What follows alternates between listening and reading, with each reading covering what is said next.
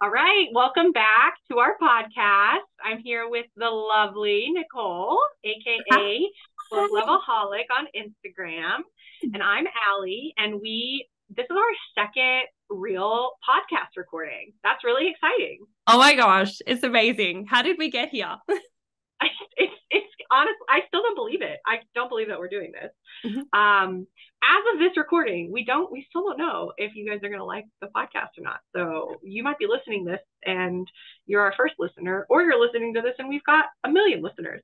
I know. Who I know. knows what Totally can open happen? to this. And look, worst case scenario, we're just having an awesome We're conversation having so much about fun. the books that we love and that we're obsessed with. So even for Yeah. us, whether we've got 1 or 5 or 500 or 5,000, we're just excited to just be able to talk about all Excited these to talk books about books. and theories that we're Mm-hmm. obsessed with. Absolutely. So before we dive into this week's topic, which is a continuation of Ironflame, that's all anyone can talk or think about right now. Let's do a little forward thinking, right? Like what are the upcoming books that you're the most excited about? Because I feel like we're going into a season of a lot of book releases. We've been in a busy season of book releases, but we've got more coming. So what are you looking forward to?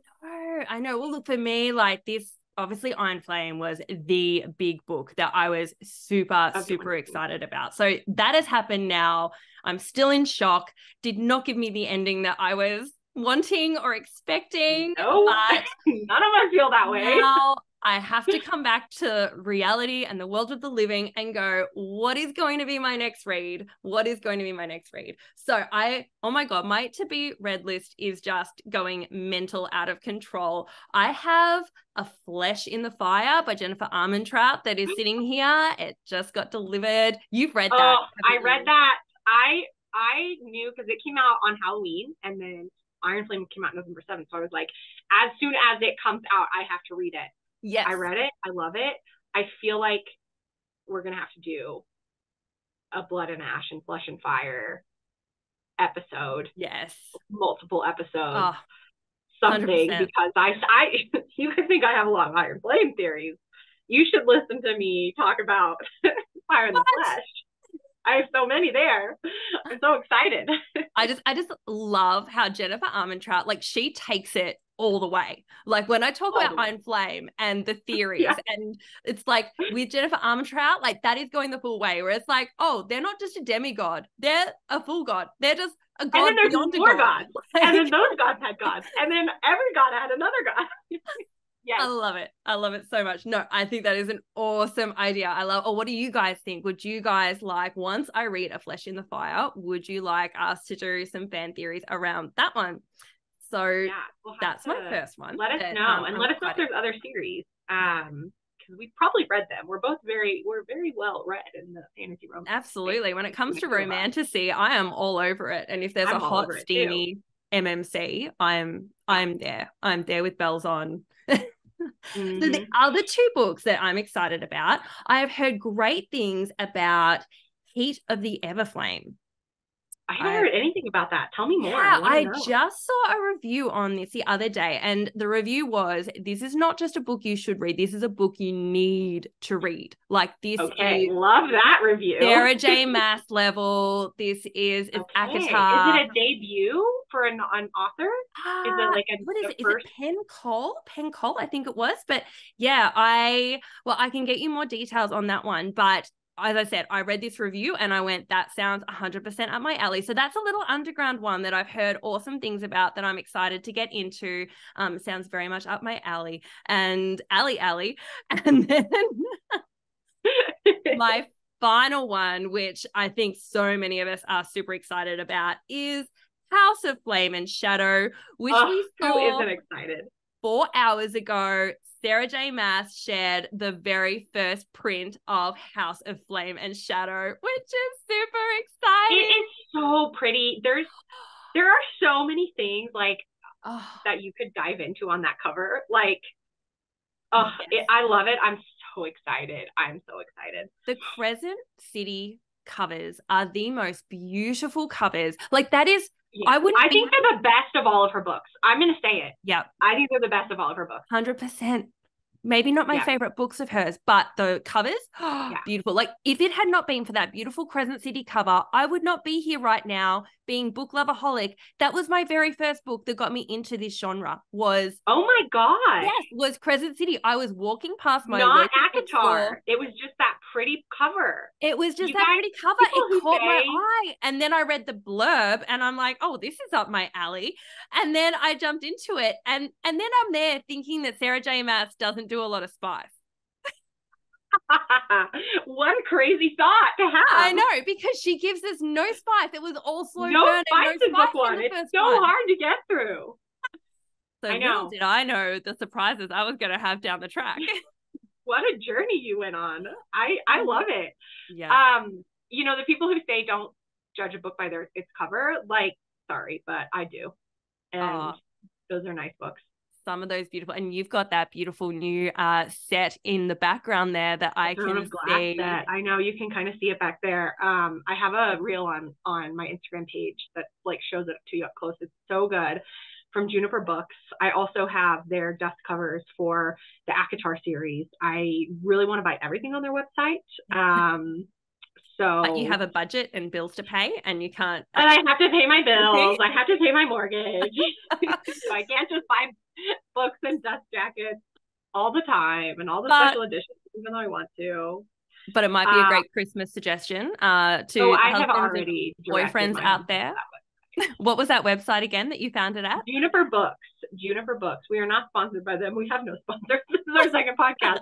But if we did. If Juniper Books, if you're looking to sponsor someone, I already spent a lot of money at your bookstore. I tagged them in my Instagram video and they didn't like it or comment. I was really surprised. Oh, that's all right. We'll get there. We will get there. We'll get them. I'll keep buying it. If you have not read I know there are a lot of SJM fans who just could not get into Crescent City. So this is your official PSA. We're 2 months out. You got to read it. I get it. The first book is tough. My recommendation that I give to people is just let the world wash over you. Don't worry too much about all the creatures and all the science and all the different political factions. Yes. Just take it all in. Just read it simply. Don't stress too much about it. Right. And then get yourself to book 2.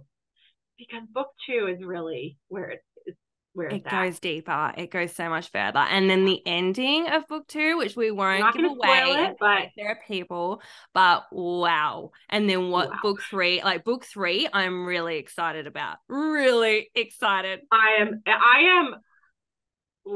can't even tell you. And I just desperately hope that here in a month or so, Bookstagram and Book Talk just turn into all of the same level of excitement and theories and all of that. I will do my part. Quickly, guys. I have a lot of CC3 theories. Spoilers quickly. If you haven't read Crescent City and you don't want to know anything, because I'm about to jump into that ending of book 2. So here's your chance to jump off now. Otherwise, the fact that it is about to jump in to crossing over Crescent City and ACOTAR. I know. I'm just so excited. So a lot of people said online that as they were reading that chapter, they figured it out from the characters. Not me. I did not. I was not that smart. I got sucker punched when the last line was hello, Bryce, I'm Rhysand. I was what? My mind was blown. I plugged in my microphone and now it's probably my screaming is. Oh my God. No, I wasn't expecting it. It was a total shock. I wasn't expecting that ending. But then once she sort of landed and she started talking about it, I was like, wait, this sounds like ACOTAR world. This sounds like ACOTAR world. Many people said that. I did not. That's so funny. No idea. It did not even cross my mind. But then I went and reread it and I was like, oh my God, that's Cassian. That's, that's Aaron. I figured out who everyone was. That's Azriel. We're going to definitely do some I think that will be our next big one. And that's coming in January. I think that will be our next big book series that we will be talking about after Ironflame. Yeah. Super exciting. Just to wrap this up. Oh, sorry. Say that again. I interrupted you. Oh, no, totally fine. Did you want to jump into Ironflame theories yet? Have you got any final books that you're excited about reading? Yeah, I do want to just plug one series because I wish more people on the internet were talking about it, which is the Plated Prisoner series. So by Raven Kennedy. So book 5 in that series comes out December 7th. I'm super excited. The arcs have already started going out. They're doing this little challenge where they're like, record yourself reading this specific chapter, kind of like what people did naturally with Ironflame. Yeah. And I have seen a lot of people who got arcs like lose their minds when they read that chapter. So the first book is called Guild. It's like a retelling of the King Midas kind of like fable. I think I've seen that cover. I have not read this series. I've not read, but I'm super excited to hear that there is potentially another series out there that is getting a massive cult following behind it. But I think I've seen that cover. They're so good. They're about fae. They're, lots of spice, lots of romantic tension, enemies to lovers, all the things. And book 5, I think, is going to wreck us. So if you talk to me the first week of December, I probably won't be well. I love it. All right. I'm going to have to try and catch. So it sounds like, should that be my next big read? I need to go get these so that we can talk about it? So that we can talk about it. Yeah. Because it would be so great, especially if her challenge that she's doing with her marketing really picks up, and everybody is recording their reactions. I love it. They're pretty easy reads. At least the first 2 or 3 are really quick. They're short. And so when you speak of the spice, what spice level are we referring to in this series? Good question. Okay, so first book, I feel like they have to build up, right? First book, so my spice rating starts with a ginger, just a little kick of spice. So I have ginger and then 1, 2, and 3 chili peppers. So I will say the first book is probably a ginger. Okay. Just a kick, maybe some kissing, a little they're just excited to know each other. Yeah. And then I would say it's book 2 is 1 chili pepper. Book 3 is definitely 2. Wow. Book 4 is definitely 2, maybe 2.5 or something like that. So we're getting, not on the level of Jennifer Armentrout, but probably SJM level. But that's good. That's good. As much as I love a bit of a spicy read, sometimes you don't want it getting I do also love the story and the world building. I like the story. I really love the build up. I love the tension, the oh my God, a women, So I do think this blends that really well. Probably SJM levels of spice. Nice. I would say that's the perfect in between of what you want it to be. But that sounds super exciting. I love Jennifer Armentrout. Don't get me wrong. And her stories are amazing. And I feel like she can do so much spice because her stories have so much else going on with the story for me. Exactly. But I feel like that is unique. Any other author, if they had that much spice, I probably wouldn't be interested. Exactly. But she gets so much in around it. And I just love it, though, that every time it's in Jennifer Armentrout's books, it's every time they have to go to bed or go to sleep, there's there you go, there's your next spice scene. And you get multiple chapters, right? It'll be 3 chapters in a row of just them being in the bedroom. It is everything you want. It is so good. It's so great. Okay. Well, I feel if you guys haven't read these books, hopefully these are good recommendations. We're always reading new things. If you have recommendations, send them to us. But we're here today to talk about Ironflame. This is a continuation of really the theory conversation, because we both have had some amazing theories. We've posted them. My little kitty made an appearance. This is the cat from Alley Cats and Books. If you have a cat, that if they want to be somewhere, there's not really much you can do about it. So no, that's where they want to be. A small snippet of just wanted to be part of our podcast today. Yeah, she was hello guys, don't leave me out. Wait, you got to show. Can we get? Yeah, you're right. Okay, so this is Willow. Oh, she does not want to be picked up. She's very cute, but she's very angry with me. Oh, there we go. She's a little happier now. Oh, hello, darling. Hi, Willow. Hi. So good. She's very angry that I picked her up. I have 2 cats as well. They're right total cuddlers. They just love being cuddled. Okay. All right, we've gotten sidetracked. Sorry for that tangent. All right, there we go. She's in the background now. So we're talking about theories. One of the amazing theories that I am so excited that Nicole had is about Xaden and his mom. And I don't even know where to begin. So I'm just going to turn it over to you, Nicole. Tell us all about what you think about Xaden's mom. Oh my gosh. So this theory, like, there's so much we can think about when we come to Xaden and Xaden's mum. And that ending we had with Xaden and the Venin, which was just so shocking and so surprising. It was an ending that I did not see coming. And I think I came away from that going, why are the Venin so interested in Xaden? And this really got me starting to think about Xaden and Xaden's mum and potentially what is going on there. So in my videos, which you might have already seen, I actually go into this and I talk about what we know so far about Xaden's mum, which we know that she left when he was 10. And Xaden has spoken about feeling like he has failed the women in his life, which is obviously his mum. And also what we know about Xaden is he has this like amazing castle that he lives in, this castle and fortress that they have spent most of Ironflame in. And it has a throne, it has a connection to dragons, there's all these Tyrrish runes and magic. There is a lot here, and it very much suggests that he has a degree of royalty. He was obviously betrothed to a royal family outside Navarre, and so it's very much suggesting that he's somewhat royal. So this has made me question, was his mum also royalty? And when we think about the fact that he's talking about his mum and that he's failed her, a lot of theories out there are suggesting that she may in fact be Venin. And then I take this even so bought in. What do you think? Do you agree? Yeah. Oh, yeah. I totally agree. Yeah.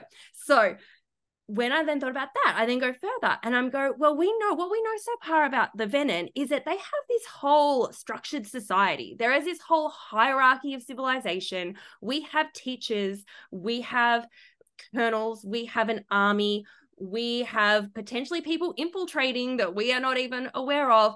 And it makes me question, do they have leaders? Do they have a royal family? And if they have a royal family, could his mum be part of that royal family? Could she in fact be Venin royalty? And in doing so, is Xaden a Venin royal? Could he be a Venin royal prince? Oh my God. It's like nuts. Oh my God. I love this theory so much. Because it just like it makes so much sense. Like it makes sense why he would have gotten betrothed to another royal family. It makes sense why he would have there'd be so many secrets with his family. It makes sense why the Tyrrish Rebellion was so significant, like it wasn't just people saying, oh, we want to help. It was about so much more than what we're aware of. I think there's so much more there. And I totally think that he's a royal. I will say, to add to your theory, somebody commented this on my Instagram post today, and I wish I had remembered who it was. I will tag them so that I give them credit. But they commented on a theory that I posted about how I think Naolan is potentially Venin. But one of the things that they said is they found it very interesting that there is that chest that is runed specifically to suspend things in the air, and that was one of the most precious possessions of Xaden's dad. And this person on Instagram suggested that chest was made to contain Venin, to potentially contain Xaden's mom. And that chest was it wasn't just that they figured out that it could contain Venin, but that it was designed specifically for that. But it's almost like she's a vampire and that's like her coffin. Yes, exactly. So I found that super interesting. What's the point of it? What's the point of the chest? Just to I can just pop a random Venin in there. No, it's for a very significant Venin that you want to have around all the time. Oh, My gosh. And like otherwise, like why else would you make a chest that can just suspend something in air? Like Yeah. that's not that Or like, yeah. Or did she? interesting. Or maybe that was created along the way. Because maybe originally she probably wasn't Venin when she had Xaden, but whether at some point she drew power from the ground and she became Venin, and then they tried to keep her around and control her, maybe using that, and then eventually got to a point where she just couldn't be controlled and she went off to the Barrens or something to that effect. Yeah. Because Yeah. another big question I've had is she there like happily being a Venin royal, or they're against her will, or is she happily there basically leading the whole thing? Is she a villain, or is she being controlled by a villain? Yeah. So well, and it's interesting because Xaden does say, you mentioned this, he says, I've failed the women in my life, talking about Violet, talking about Sigale, we think talking about his mom. How did he fail her? yes. Did she become Venin for him? Ooh. I don't know. Like, because we don't know exactly how he failed her. But he clearly thinks he did fail his mother. So I'm just really interested in that. Like maybe he let her out of the chest, or I don't know. There's so many theories. And this probably, and when I think about the rebellion and when that happened, these must have all happened in fairly close proximity. So she left when he was 10, and then the rebellion would have happened around that time. It wasn't around that time. It was because it wasn't that long after that happened. So there could have been, and then was that potentially, Xaden's dad needing to, gather an army to potentially battle against that? her. Yeah, was the catalyst for the rebellion, her leaving.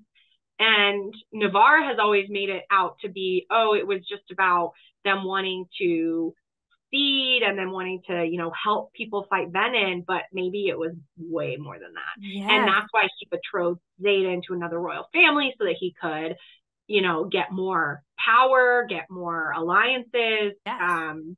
I think his mom is going to be super important in future books. And when we think about the Venin and how they have been growing and expanding, it's probably over the span of about 13 years, right? That they have been slowly building, creating this society, infiltrating and taking over land. And they've really obviously ramped up in the last couple of years. But, this probably would have taken a good decade to get to that point where they're like, we can start to actually go in and try to, attack Navarre eventually. Yes. Yeah. And I just think that there are going to be, in addition to Xaden's mom, I think there's going to be a lot of people that are Venin or allied with the Venin. I think obviously we know Jack. I think Varish was Venin because his dragon had the same glassy eyes that Jack's dragon did. Yes. So I think he was definitely Venin. And this is one of the things I've posted on my Instagram, but I think that Colonel Atos is either Venin himself or allied with the Venin in some way, because multiple of the people who came to attack and try and assassinate Violet had red rimmed eyes. So I just think we are going to find out in future books that the Venin network is so much larger than we expected. Yes. I loved your theory on this. It's like I'd subliminally kind of considered this, but I'd never really thought about Colonel Atos actually already being a Venin or in connection with the Venin. And then when you said that, and then you put all the pieces together, and it's like, that's so accurate. Like, we're potentially looking at a secret invasion of Venin that are already infiltrating Basquiat and Navarre. And that makes more sense as to why Varish was trying so hard to get this information out of Violet, and why he just was so intent on, just being evil and, Well, and why he was so intent on all of her punishments were related to her power, to strengthen her power for the Venin to come and, take later. Some people commented online that they don't necessarily buy the Colonel Atos theory because Colonel Atos was trying to kill her and the Venin clearly want her alive. So I get that. My kind of counterpoint is maybe he wasn't actually trying to kill her, right? Maybe he was just attacking her to make her stronger, because it never worked. Yeah. Or the other thing I've considered is that leadership of Navarre has strategically turned some people Venin in an attempt to kind of fight the Venin themselves. Yes. So, you know, like, so maybe Atos isn't aligned with like the larger Venin group, but maybe it's like this internal Venin group.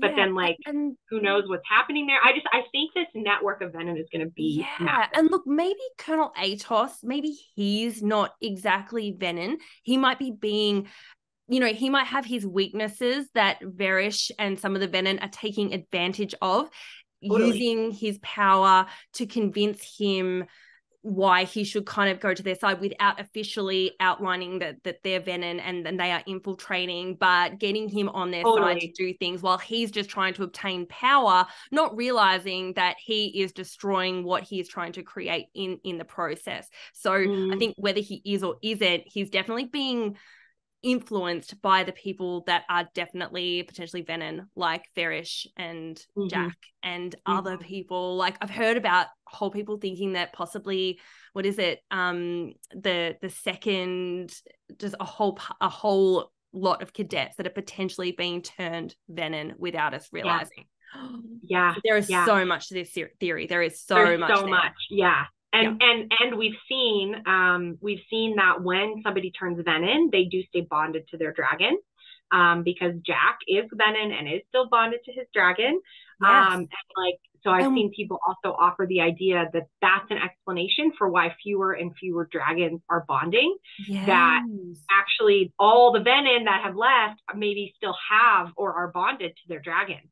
And the dragons haven't decided what to do about it yet. 100%. And then there is, you know, Scale, and we don't know what she's doing now. We've just heard that she's really quiet, and you are wondering, you know, because it seems like the Venin have control of their dragons. Like, they actually have an ability to take control of their dragons.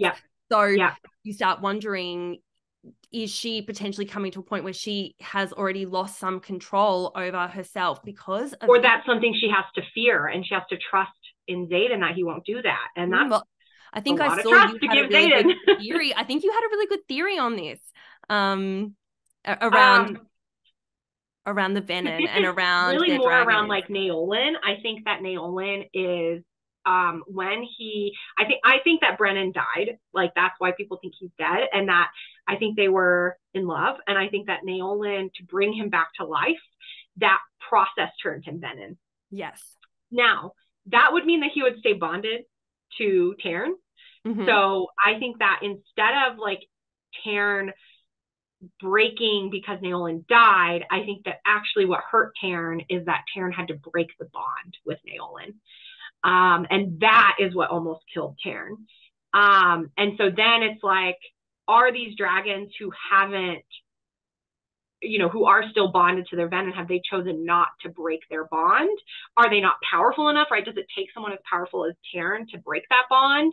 And what is Sigale going to do? Yeah, or is it like there's a period of time, like while the Venin aren't terribly strong, that, you know, with a great deal of power, the dragons may have an ability to break away from it. But if they don't do that in time, they will be completely controlled by the Venin, and they won't actually be able to escape. So they've only got a time frame, which means that Scale has to decide in like the next few days or few weeks if she's going to break off with Xaden before he may have complete control over her, whether she's going to trust him and trust that he's going to try and control his Venin side, or whether, she breaks. Now, I will say, I ultimately believe, maybe I'm naive for thinking this, or too hopeful.